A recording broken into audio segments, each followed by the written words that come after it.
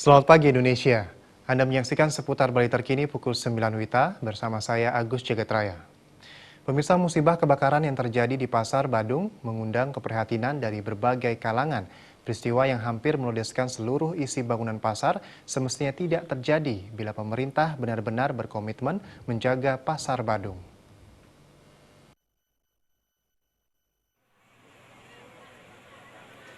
Pengamat perekonomian Wiraguna Bagus Oke mengatakan peristiwa terbakarnya Pasar Badung menjadi hal yang sangat ironis dan mengundang keprihatinan berbagai pihak.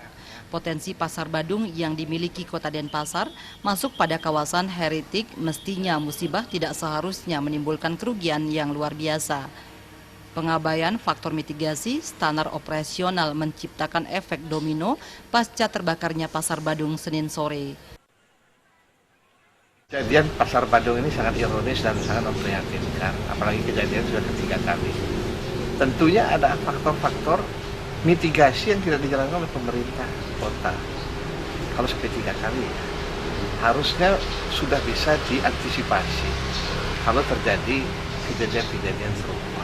Apakah berupa pengamanan, aturan main terhadap penghuni dan pengguna dan seterusnya.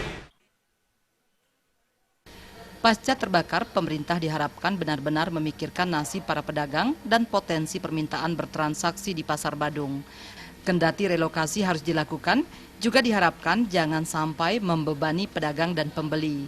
Di samping itu, tempat relokasi juga jangan sampai mengorbankan potensi lain dan ketertiban serta kenyamanan masyarakat kota.